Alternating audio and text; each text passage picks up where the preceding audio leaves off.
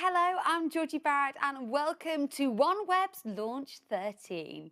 Yes, this is the first launch of 2022 and we're going to see another 34 satellites joining the 394 already in low Earth orbit. For this launch, we return to Kourou in French Guiana, which is where the very first launch of the OneWeb constellation took place almost 3 years ago, on the 27th of February 2019, with the very first 6 OneWeb satellites. Gosh, what a long way we've come since then. Well, fast forward to today, and in addition to seeing the liftoff, we also get access to operations from inside the Jupiter Launch Control Center. Now, the theme for this launch, Launch 13, is all about responsible space. So what does that actually mean, and how are OneWeb incorporating sustainability into their policy? Well, let's find out from OneWeb's VP for Space Infrastructure Development, Maurizio Vanotti. Responsible space is really linked to the idea of treating space as a natural resource, same as land, air, water. Over the last 5 to 10 years, we've been witnessing a revolution in space. OneWeb is deploying an infrastructure of 648 satellites, and the objective is to connect the unconnected, to be there where the fiber is not. As part of our Responsible Space initiative, OneWeb is taking ownership of some of the aspects related to flying such a large number of satellites. In the short term, satellites in space have to coexist with the needs of astronomers and radio frequency astronomers, and in the future we'll also have to guarantee that the orbits, space as a natural resource, is not polluted. The first aspect of responsible space is the responsible design, which means really design reliably in order to make sure that even if the satellite has a finite lifetime, we responsibly take them back and deorbit these satellites safely. Besides the physical pollution, there's another aspect which is the light pollution of our skies overnight. The satellites, when they reflect the sunlight, are visible in the sky. And when satellites cross the field of view of telescopes, they can affect the observations. For these reasons, we are proud to announce that we've launched an initiative with the Jettison Observatory in the south of Italy. They will lead an independent observation campaign that will analyze the reflectivity and the brightness of our Generation 1 satellites. New satellite constellations are trying to offer connectivity everywhere in the world. A larger quantity of satellites means light pollution. Satellites in space are made of metals and reflective material, and so they act like mirrors that reflect the sunlight back to Earth. Here at the Jettison Center, we measure the brightness of the satellites. This data will improve the next generation of satellites and reduce the reflectivity of the new satellites. We're going to use these reliable data to influence the design of our Generation 2 in order to reduce the level of brightness. As astronomers, we do really hope this cooperation will be a first step to improve the relationship between the satellite constellations and the astronomical community. Having new satellite constellation is something fundamental for our progress. But on the other side, it's also important to preserve the darkness of our sky and also the work of the astronomers. So it's important, and it's very appreciated that companies like OneWeb are working in synergy with astronomers in order to mitigate the light pollution effects of the satellites, and so starting a new responsible space approach. What we are really doing here is putting responsible space at the forefront of our vision. The objective of this collaboration is to have a Generation 2 satellites that reflect less light.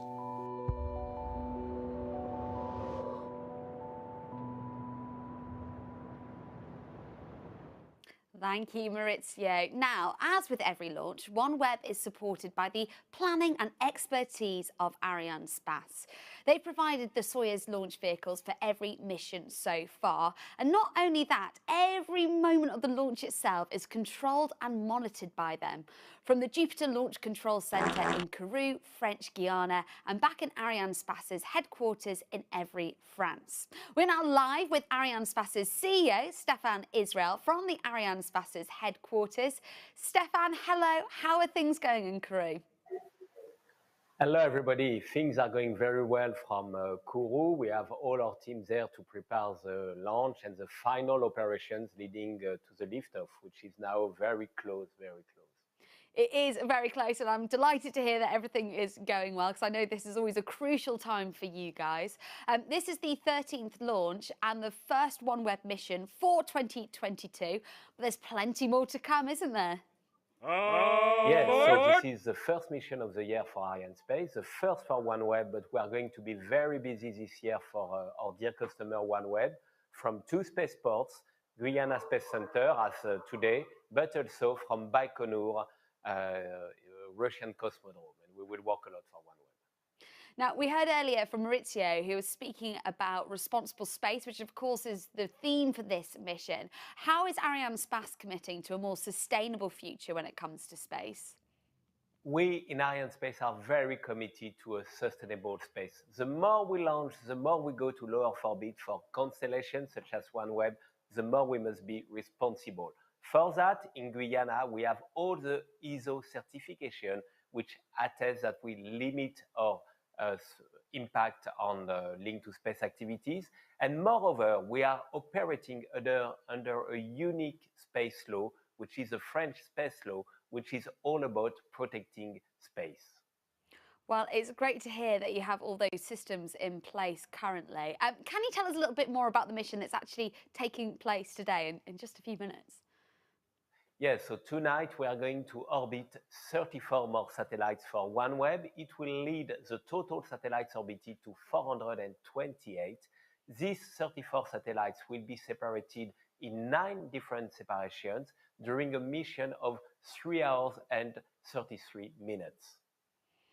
Well, I'm looking forward to seeing it all unfold. And it's not the only thing we've got looking forward to. We're also going to pass a very important milestone, aren't we? For sure. We are launching Soyuz from the French Guiana tonight, and this launch will orbit more than 100 satellites orbited by Soyuz from French Guiana since the beginning of its operation in 2011. So it is also another milestone we are going to make tonight. Well, a milestone that deserves congratulations. Thank you, Stéphane, for taking time out of your very busy schedule, and of course, good luck with the mission. Thank you very much.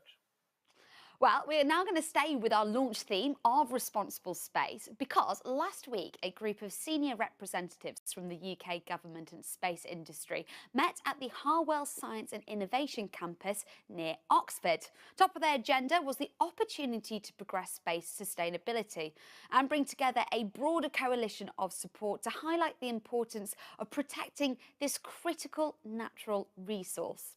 They were able to present their discussions to none other than His Royal Highness, the Prince of Wales. So let's have a little listen to what they had to say. Space is phenomenal, right? It is unbelievably important to our way of life on Earth. From sat-navs to stock markets, we rely on space, and we're only going to need space more for the future. Today here in Harwell was about a conversation between industry, so OneWeb, Astroscale, and the government and the Prince of Wales, looking at how we keep space sustainable and safe for future generations. Space sustainability is vital for 2 reasons. Firstly, in the last 40, 50 years, we've put a lot of debris as a planet up in space, 4,000 dead satellites, 1 million pieces of debris. And we're now increasingly reliant on space for everything from mobile phones to air traffic control to ship navigation and 1 million other functions in the daily economy. So making sure that that space is sustainable and that satellites aren't damaged by debris is vital to every single one of us. Astroscale is really the global leader in promoting space sustainability, and we're developing technologies globally to not only bring down failed spacecraft from, say, constellations, but also to bring down things like upper stages of rockets, 2 or 3 tons to bring those down safely, and also at geostationary to actually extend the life of spacecraft, so docking with them to allow them to operate, make money for longer. And we're working very closely with OneWeb on a public-private partnership to prove our technology. Space sustainability is a really important topic now.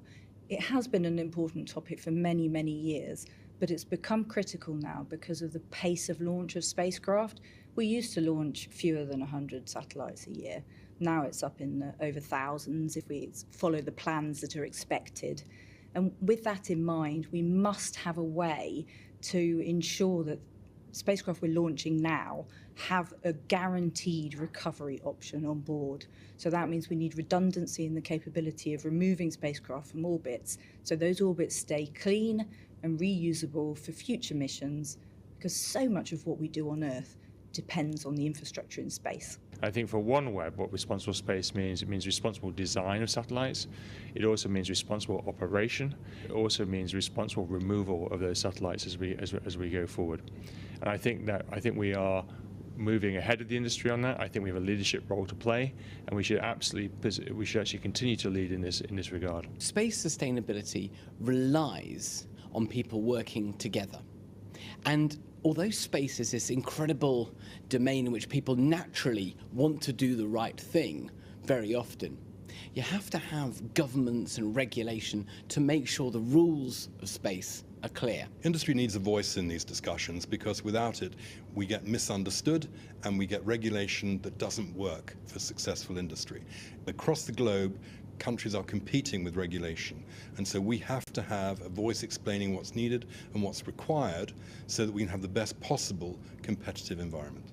If we want to develop our capabilities in space, we need to take the academic research, we need to work with the businesses that can properly commercialise it, and we need to be able to work with government that holds responsibility for the policy and the regulation of the environment in space to make sure that we can do the best job possible. We can't do this alone. In the end, space is a common for all of us, and we need international collaboration. In the end, we need a space commonwealth, good nations committed to a good and sustainable space. And that's why the visit of His Royal Highness here today, to signal his willingness to support that for us, is so important. Space is a shared resource like everything else on this planet, and it's the right thing to do for us and the responsible thing for us to do to make sustainability a central part of what we do at OneWeb and what we believe in as we go forward. Well, fascinating insight there into the work being done to protect space. Now let's go back to the Jupiter Launch Control Centre to speak to Chris McLaughlin, OneWeb's Chief of Government Regulation and Engagement, who was actually there last week at the Space Sustainability meeting. Hello, Chris. First of all, can I just ask you, how does it feel like to be there at liftoff? George, it's absolutely fantastic. There's about 6 minutes to go. I think there's a lot of people here in the Jupiter control room waiting for that launch, counting down the minutes and looking forward to what we hope will be a very successful launch. Well, we are also counting down along with you. Earlier, we saw you share your thoughts about regulation from the Space Sustainability meeting. Why is responsible space such an important part of OneWeb's mission? OneWeb has had responsible space since the outset as one of its main parameters. We are determined to leave no trace. We're determined to be there for a long-term future, and as such, we're all committed, every single employee, to ensuring that all of our satellites are responsibly managed and that when they're deorbited, they're responsibly deorbited. Our hope is that we can be both environmentally sensitive and produce a very successful business. Yeah, two very important parts of the mission. How is OneWeb supporting the UK National Space Strategy then? Well, I'd hesitate, but I think we are a very key part of the National Space Strategy. I mean, OneWeb has an investor in the United Kingdom government, and we are part of its overall plans for growth. As such, we represent an opportunity for investment into the industry in the UK and investment globally to provide global services via our low Earth orbit satellites and to grow an opportunity for everybody, from the aspirational school child wanting to study science through to the postgraduate degree holders at universities. This is part of the transformation of Britain into a high-tech economy. Well, thank you so much, Chris, for joining us. I hope you enjoy the view of the launch from where you are. You've got, front row seats. I've got the front row seat, Georgie, and the golden ticket. Delighted. Thank you very much. Well, while the final preparations are being made in Kourou, let's take a look back to early this week when the Soyuz VS-27 rocket was rolled into position onto the launch pad. Here it is in action with commentary from Arianespace's Advanced Studies Director, Vincent Bordel. The first combined operations performed in the Guiana Space Center have consisted in the integration of the complete stack of 34 OneWeb satellites on the Fregat upper stage. It has been followed by the encapsulation phase with the fairing installation, so an operation that has been performed half fairing by half fairing. These combined operations have been done vertically in dedicated facilities and clean rooms, and have included, of course, different interface checks, electrical verification, and so on. The last operation performed in the Guiana Space Center clean rooms has consisted in the installation of the OneWeb mission logo on the fairing.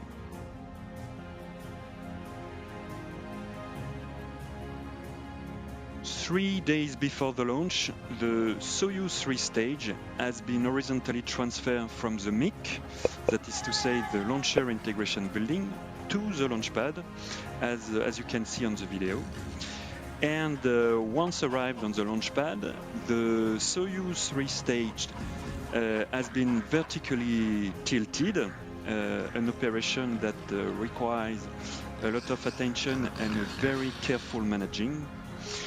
And once the launcher was fully vertically set up, the launchpad mobile gantry has been safely installed around the launcher. On its side, the completed upper composite has been transferred to the launchpad and hosted inside the mobile gantry. It has been then integrated and finally prepared on top of the Soyuz 3 stage, and after completion of this installation, the launchpad operation have been initiated with line connection, setup, and different verifications. Well, thank you very much, Vincent. Well, let's now go over to the launch pad and the Jupiter Launch Control Center to see and hear that final countdown, because I can tell you that we've got 1 minute 47 or 45 seconds until liftoff. So what we're going to do now is we're going to be hearing from the DDO. Now, he is the person that is in charge of the overall mission, and we're going to be hearing him give his commands over the next minute or so. So in those last 30 seconds, we're going to have 3 parts to the engines being lit. Firstly, there's going to be the preliminary thrust level. That's then going to be followed by an intermediate thrust level, and finally the full thrust level. So very shortly. Attention pour moins une minute. Okay, so that is the DDO announcing that we have 1 minute until liftoff.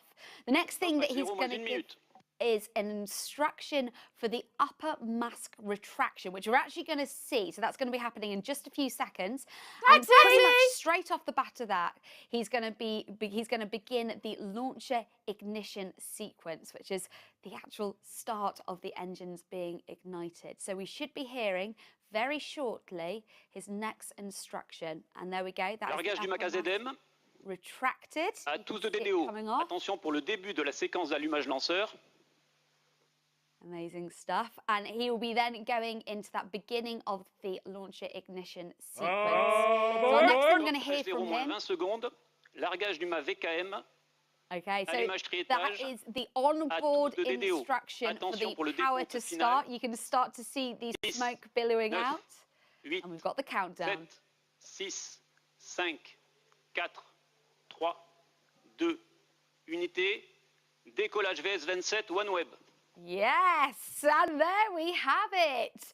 Liftoff of OneWeb's Launch 13 from Kourou in French Guiana. Gosh, this is the moment that you tune in to watch a live rocket launch, isn't it? To see it go from that launch pad and hurtle, and look at it hurtling, into orbit. It's always this moment that I always think of, oh, the months of preparation and the number of people involved to get it to this point. And how really this launch does take us one step closer to OneWeb's mission to connect the unconnected. Now, this, of course, is the second time that the launch has taken place at this precise location. And to begin with, we could see the rocket going up from the tracking camera. But because it's quite cloudy conditions, we've now moved on to the mock-up of seeing exactly what it's doing.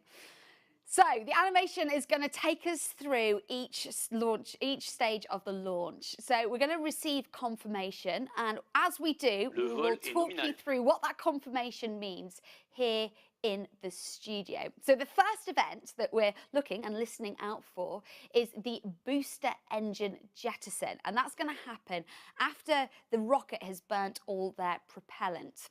Once they've completed their burn, the boosters are no longer required. So we are jettisoned to remove weight. So that is going to be taking place in about 30 seconds. So it's going to get rid of that unnecessary weight, because to begin with, it's quite hard to get the rocket up. Fonctionnement nominal des moteurs du premier et deuxième étage. Done that launch, I'll pause there. As he's saying some more, he's obviously doing his job very well, and you can see the animation there to the left as we wait for confirmation of the jettison. And there we go. Did you see that? That was the booster separation coming off, and I can confirm that that has happened successfully. So that is the cutoff of the first stage of the booster separation. So, as I said before, those boosters have now been discarded because there is no unnecessary weight. They've done their job. They don't need to be attached to the rocket anymore. Okay, so the next thing that we're listening out for is the fairing separation. Now, the fairing itself protects the 34 OneWeb satellites that are sitting at the top of the Soyuz launch vehicle. Now, at liftoff, there are huge acoustic vibrations and also friction, which occurs when the launch vehicle is flying through that really dense part of the Earth's atmosphere. So when the launch vehicle reaches an altitude of around 100 kilometers, there's actually very little atmosphere. So there's no need to keep that fairing on the launch vehicle to protect the satellites. So that is when the fairing is going to come off, and that should be happening, I've just got confirmation, in around 30 seconds. So let's just stay tuned for that. Again, we're going to hear confirmation from the DDO, who's going to say that that fairing separation has taken place.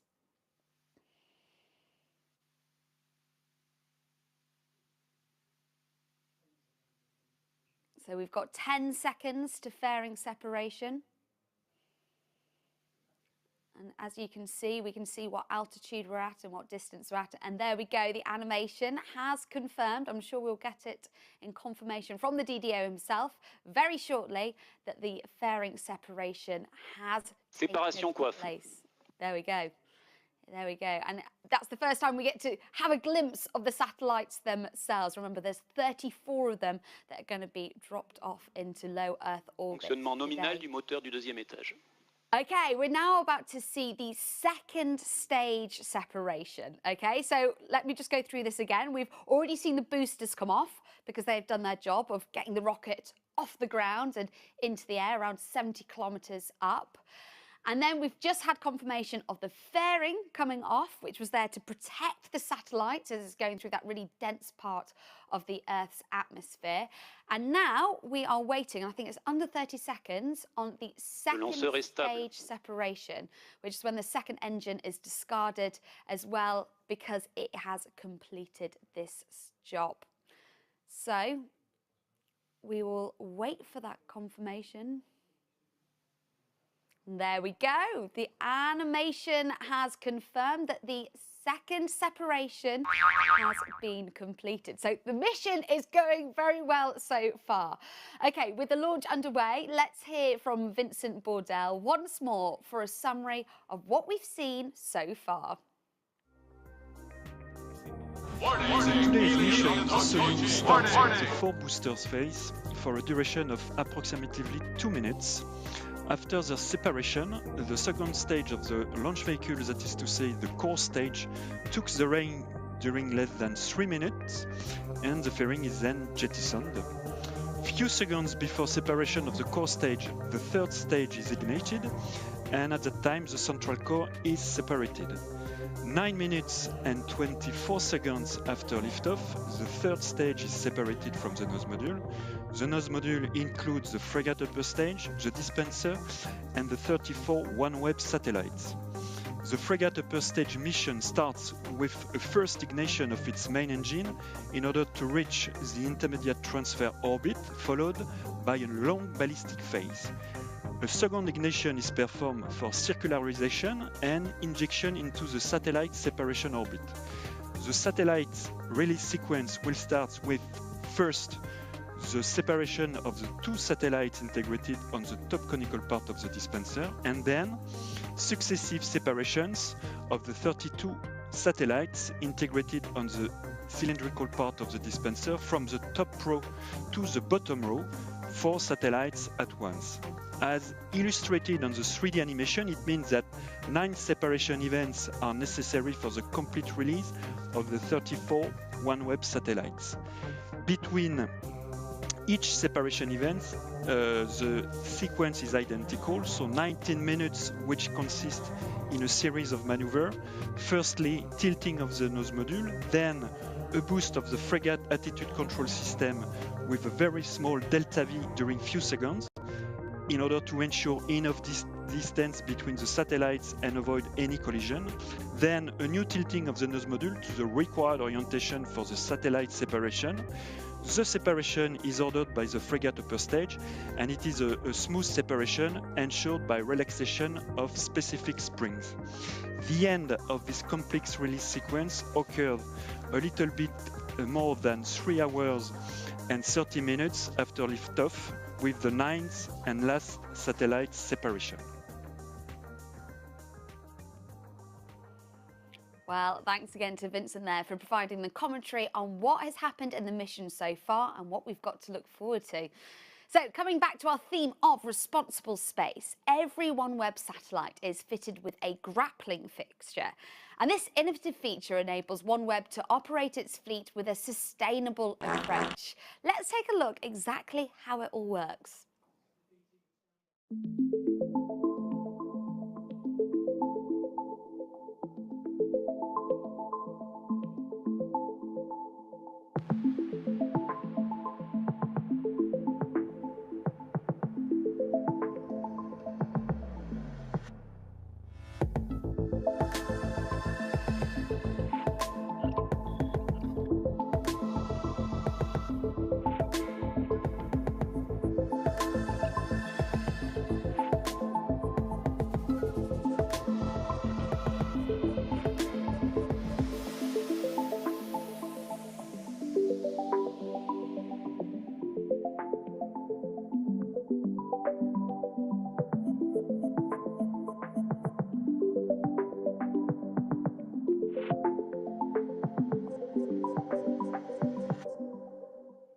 Okay, well, very shortly, we're going to get close to the third stage engine cutoff and separation from the nose module, the next stage of this important mission. Now, as Vincent just showed us, the mission does continue over the next 3 hours, with the 34 satellites being dropped off in a predetermined sequence in an orbit of 450 kilometres above the Earth. After this, oh, and I have just got confirmation. I'll stop there because the scheduled third stage separation has been confirmed. So that is really, really good news. That's the next stage of the mission completed, and everything seems to be going very smoothly. Acquisition par la station télémesure de Bermude. And that's the DDO confirming. Et séparation de l'étage Fregat. Yes. Okay. So you probably just heard him say the Frigate main engine, and what that means is that the next part of the sequence in the first ignition is going to happen, and that is the Frigate main engine. So the Frigate is the smartest part of the launch vehicle, and it will release the 34 satellites in a series of 9 separations. So this is a really crucial part of the mission, and I can confirm that we've only got 10 seconds until that is going to take place. So I'll refer to the animation to see it happening.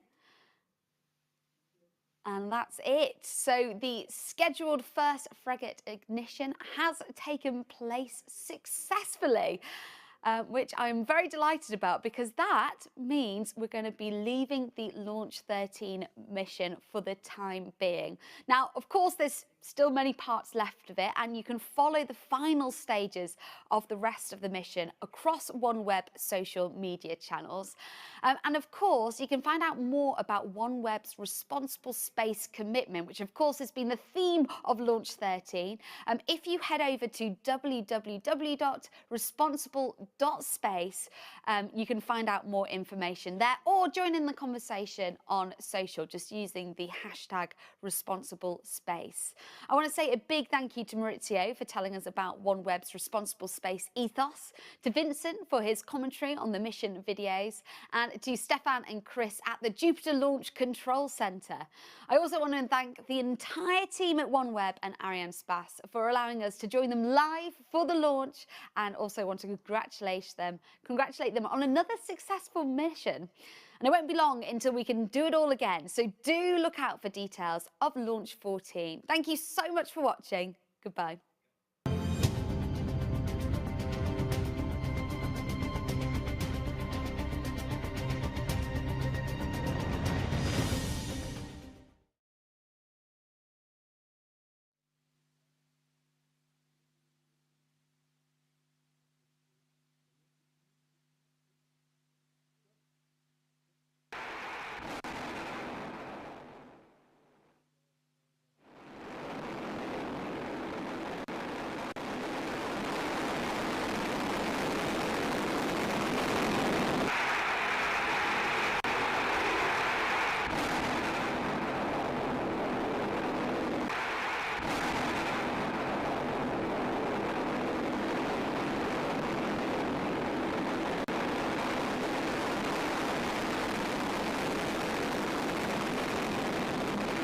Le moteur principal de Fregat fonctionne nominalement.